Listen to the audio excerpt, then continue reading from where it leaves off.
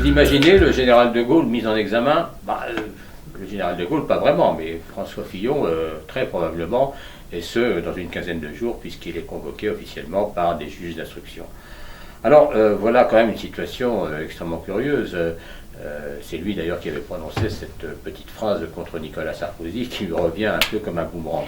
Mais voilà donc cette situation où un homme politique de premier plan, le chef de file de la droite, entraîne finalement son camp dans une forme de discrédit et de pourrissement de la vie politique.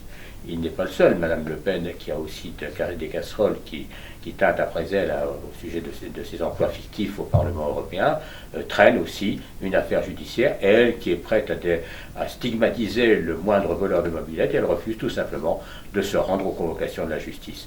Voilà où on en est du côté de la droite.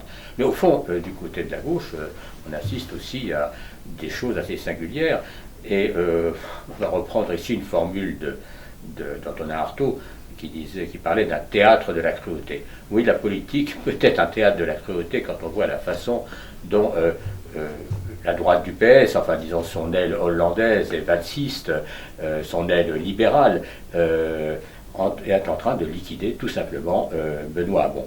Je dis liquider bien sûr pas physiquement, mais politiquement.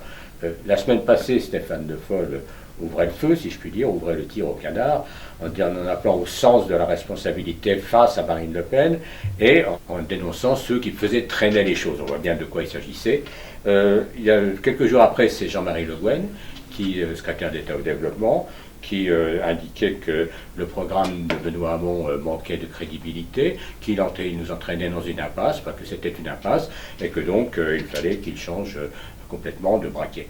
Mais surtout, c'est Manuel Valls qui, mardi soir, a donné le dernier coup, si je puis dire, enfin le coup le plus fort jusqu'à présent, en disant tout simplement que, dans le Canard enchaîné, qu'il finirait à moins de 10%, et en disant aux députés qu'il écoutait, les 150 parlementaires qui le soutiennent toujours, qu'au fond, il comprenait tous les choix étant bien entendu entre Emmanuel Macron et Benoît Hamon. C'est la porte ouverte, évidemment, au soutien à Emmanuel Macron, même s'il ne se dit pas explicitement.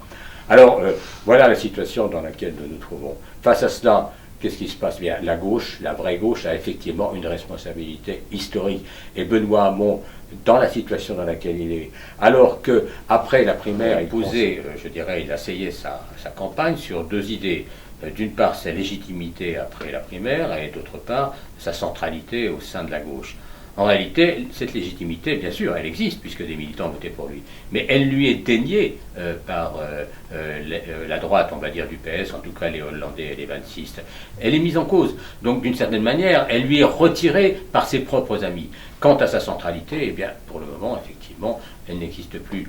Alors donc le problème n'est pas de pleurer sur Benoît Hamon, la question est qu'attendent justement tous les électeurs de gauche qui, pour certains, soutiennent Mélenchon et qui, pour d'autres, soutenaient et soutiennent Benoît Hamon.